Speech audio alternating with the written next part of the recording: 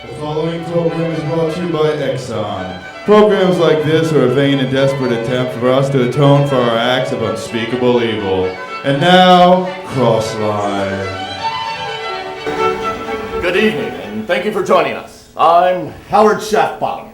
Much has been written about this monarch, and depending on who you ask, he's either one of history's great tyrants or one of its most victimized head of states.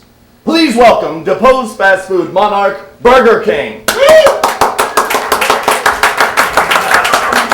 Thank you for joining us, sir. Delighted to be here, Howard, but I must take issue with your use of the term deposed. That's a polite way of saying violently overthrown. Well, BK, I'm sure that the viewers... BK! I am not some corporate logo. I am the sovereign monarch of burgers, royal lord of the flame broiler, and regent of the whopper. And as such, you shall address me as sire, his majesty, or your royal highness. I'm sorry, your majesty. I meant no disrespect. All is forgiven. Now kiss my magic ring. Kiss it, or I say this interview is over.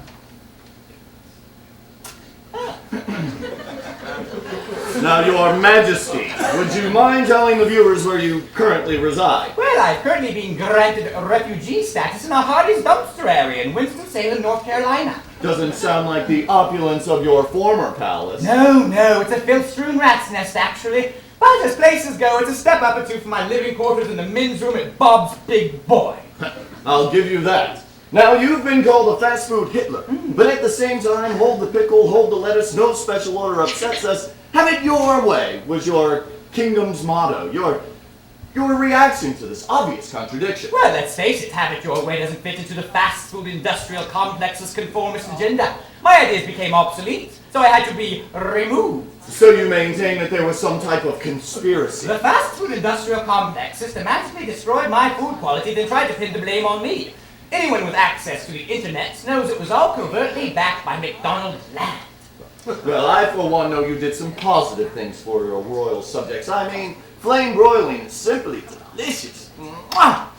However, that in no way excuses the fact that your fish sandwich, the whaler, was made entirely from whales, many of which were on a protected species list. How do you explain yourself to the eating public? Well, whales are fish, aren't they?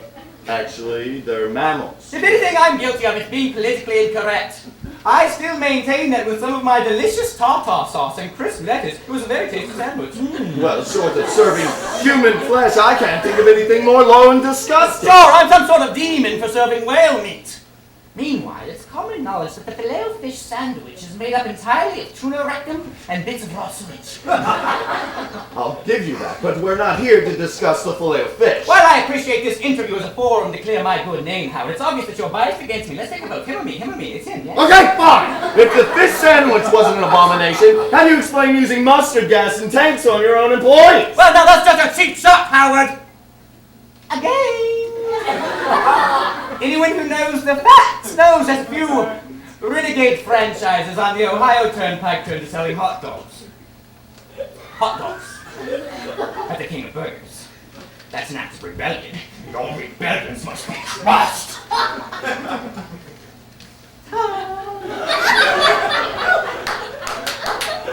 I find your rationale and justification mind-boggling. But I'd like to talk now about the Burger War. Oh yes! You mean the illegal and unwarranted invasion of my sovereign kingdom by McDonald land. All of it, based on utter lies and fabrications. Oh, come now, your majesty. You can't deny that your elite flame broil guard systematically tortured and then executed the Hamburglar in an underground gulag. Oh, no, I don't deny it. But he and his French fry goblins were staging a covert war against my drive-thrus at the time. He was captured on a Burger King parking lot, making him subject to our royal laws and statutes. Well, what of the charges leveled by Ronald McDonald in the United Nations that you were trying to manufacture nuclear weapons made out of spare parts from your flame broilers? Sheer nonsense, I assure you. We all know that the only nuclear-powered franchise is McDonald land. Think of it. A clown has his finger on the button, and they're worried about a few spare parts. But do you deny having a cache of weapons-grade plutonium? No, I don't deny the plutonium. But I maintain that it was merely to enhance the power of our microwave ovens. Caution, grilling is hot. They do have no problems storing this plutonium in a shed on an elementary school playground. Now that was regrettable. I figured the children would become bigger and stronger, and not horribly mutated. Let's just put it like this. At recess, they don't play kickball. They play thin ball. Dolphins are popular. Oh, they are, yes, I like it. Without trying to sound like an apologist for evil, it does sound like an honest mistake. Ah. So what's next for the king? Well, I have a few things in the works. My agent and I are in discussion with RC Cola, and I do keep busy with my bottle and can collecting consortium. By consortium, do you mean walking the highways in that ridiculous getup with a large plastic bag and shopping cart?